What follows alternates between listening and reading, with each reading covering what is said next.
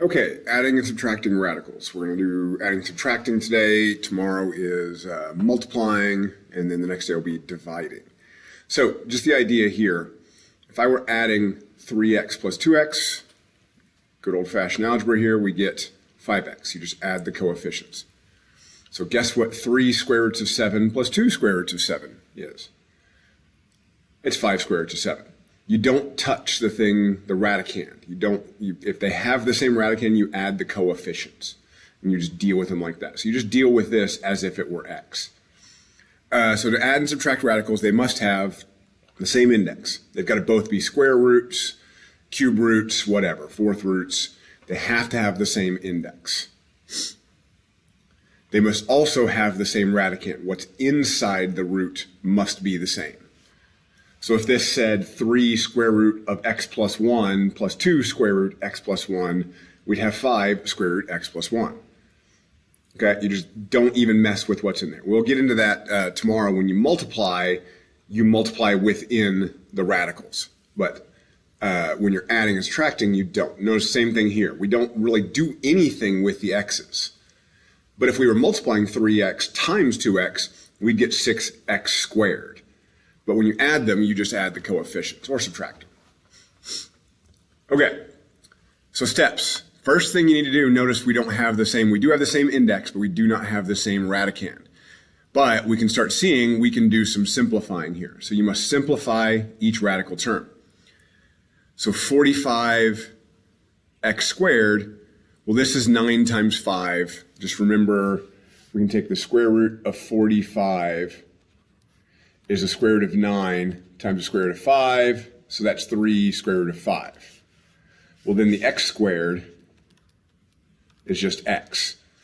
So combine those together, and that x is going to come right there.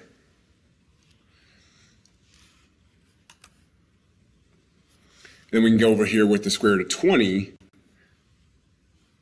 and I have this backwards myself. Give me 1 second. Okay, square root of 20, it's going to be, let's even just go back and make sure we understand this. Square root of 20 is square root of 4 times square root of 5 to square root of 5. That's what we get there. So we simplify these, and the idea is first keep this stuff in parentheses just so you can keep yourself straight. Multiply what has been pulled out of the radicals by the coefficients. Just kind of keep it like that. This became this, so that's why we still have it in parentheses.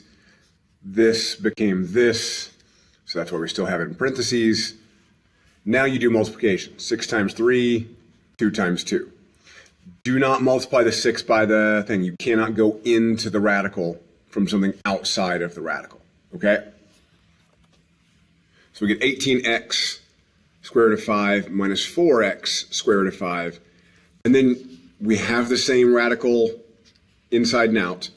So you're just doing this minus this. All we're going to do now is combine like terms. 18x minus 4x is, sorry, that should be 14. X square root of 5.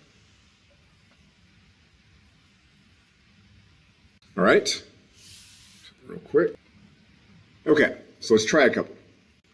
Let's work this one out together real quick, and then I'll have you do this one. So what we need to do is the square root of 8x. And the square root of 8x, you just think about the square root of 8, is the square root of 4 times the square root of 2 square roots of 2. Well, that x can't come out. So essentially, you just leave the x in there. Now we're going to do it as 8x cubed, so make this cubed. And you can think about it this way. So we're dealing with 8x cubed now. I'm almost just adapting the previous one, because there would be 4x squared times 2x. So the square root of 4x squared is 2x.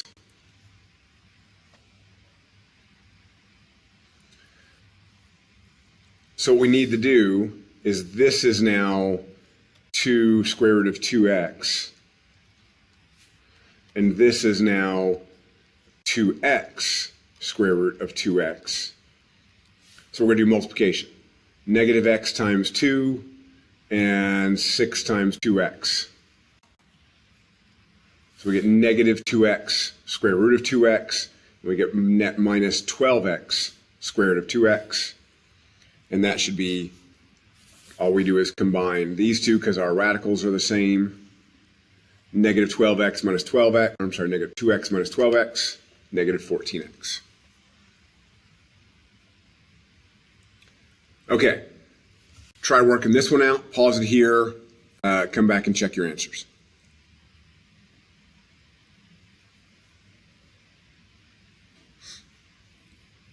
Okay, we need to simplify the radicals. All I can do with this, I can't do anything with the 2, but x to the 4th is the cube root of x cubed times the cube root of x. So that's x cube root of x. So this, you can just drop a 2 in front of it because that 2 can't come out. So this is going to be x cubed square root 2x. Now we deal with the cube root of 16x. Cube root of 16 is cube root of 8 times cube root of 2. So cube root of 8 is 2, cube roots of 2. And I've still got an x in there, sorry, right there. You can just, like I say, just leave it in there. So this will become 2 cube root of 2x. Now notice something. I mean, you kind of give yourself a hint. You want the two radicals, actually even the index and everything, to be the same. So the whole point is they come out the same. Now you're going to do the multiplication.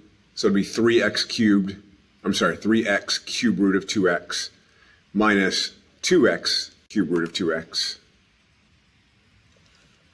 And then you're just kind of almost ignoring these because they're the same.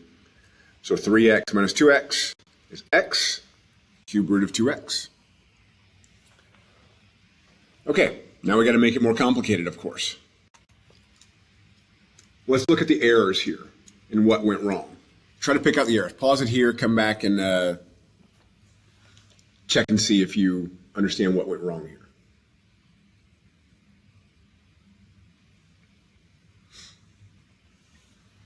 Okay, so what they did here is you can't do it. Basically, the whole problem should have just ended right here. I can't combine the square root of 5 and the square root of 2. That is not the square root of 3. Radicands are different, cannot combine them. Here the problem is they tried to combine this with this. What is x plus x squared? There's literally nothing you can do with that. So this is not x cubed. Coefficients have variables with different powers, cannot combine them. Okay, we'll move on to multiplying tomorrow. Good luck.